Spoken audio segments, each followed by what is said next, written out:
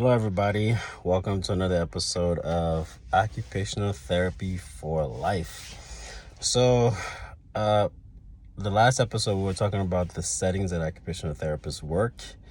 And so, I got tired of that. um, because I was like, I'm getting bored of this myself. So, imagine the audience. So, moving on to Occupational Therapy Framework.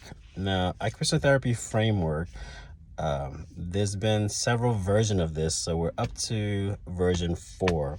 Now, Occupational Therapy Framework, just like the title says, framework, is basically the manual for occupational therapists, and it's a way for us to basically know what to do and how to go about the process.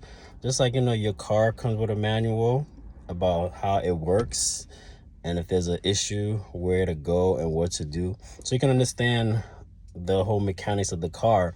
So if you had issues, so you could go to that manual.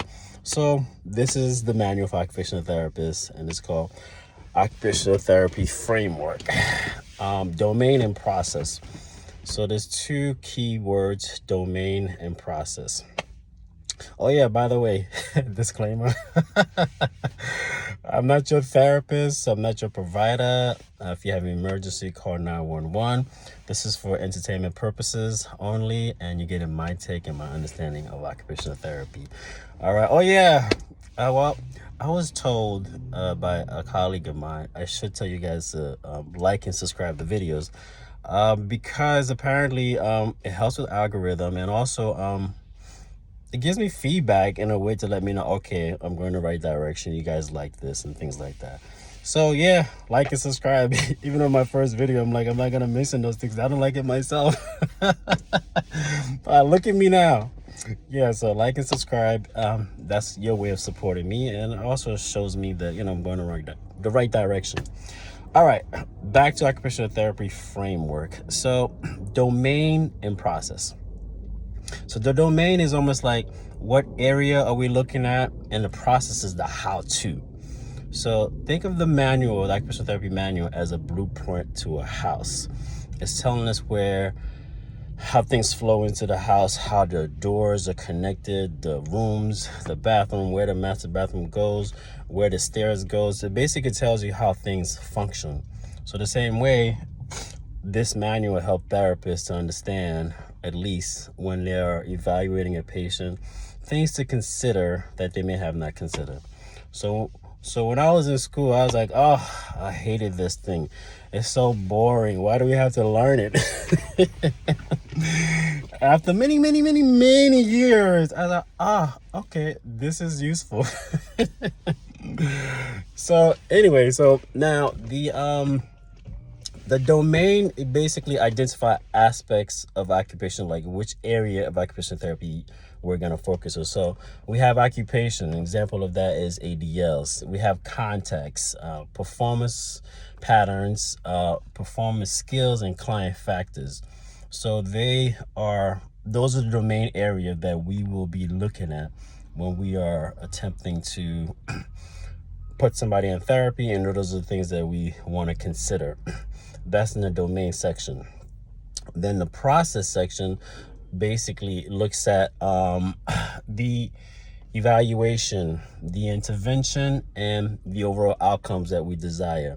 So domain and process. So domain says, hey, I'm looking in this area, for example, ADLs, and process says, okay, we're going to look in ADLs. Here's what we should consider when we're doing ADLs. We're going to evaluate. We're going to provide this specific intervention, or these are the area of intervention we want to consider, and what outcomes do we want. So that's basically how that works out. So I'm going to try to cover two areas of the domain, specifically occupation and context. So I'm just going to give you like a brief I guess overview of that area. So we'll start with occupation. So occupation deals with basically the everyday things that you do, that you engage in, as we spoke into previous videos. We're looking at as you engage in these occupations as an individual, whether you engage in these occupations as a family, and within a community.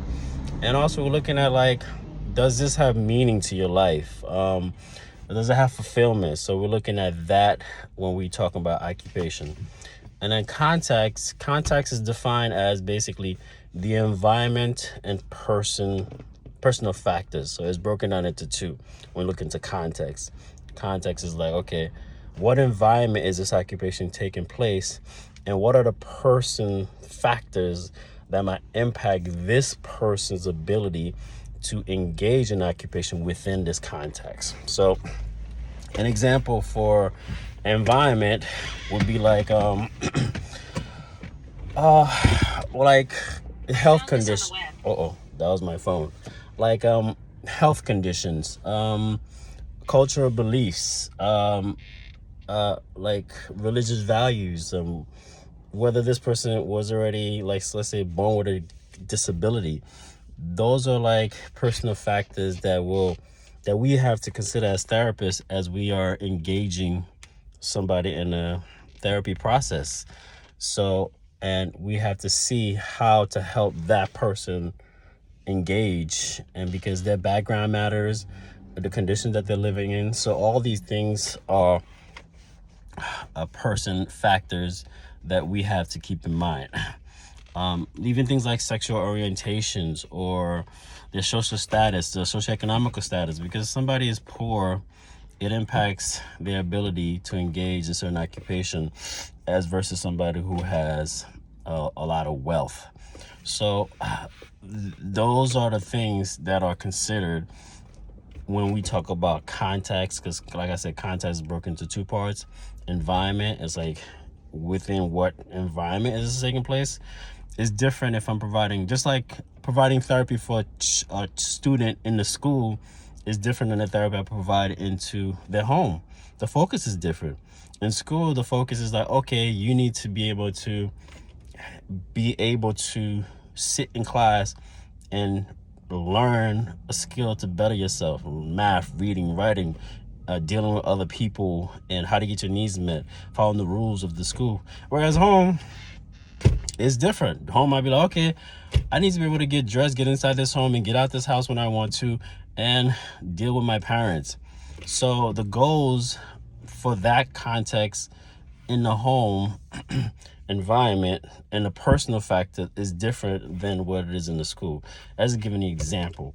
So I'll be continuing again to talk about Occupational Therapy Framework. So this is just a little brief of those areas. So next episode, I'm going to continue talking about the other areas of the framework. So today in the domain section, we talked about occupation and context.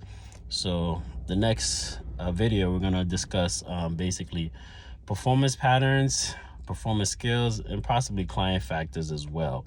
So, and then later on, we're going to get into the actual process. And like I mentioned before, process touches on evaluation, intervention, and outcomes.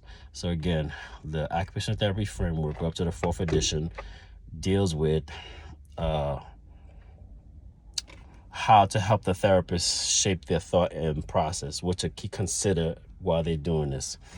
And so that's pretty much it for now. I hope it wasn't too boring, because it's a lot of information on the framework, but I just wanted to give it to you in such a way that it's understandable, it's clear. Because, you know, when you become an occupational therapist, don't think like you're supposed to know everything. It's a process. You got to go through experience, self-educate, take courses, learn from other therapists, and so forth. But yeah, so that's it for now. Thank you for your support. Yeah, like and support. Check me out, huh? All right, people, have a good day. And we'll see you next time. All right, bye.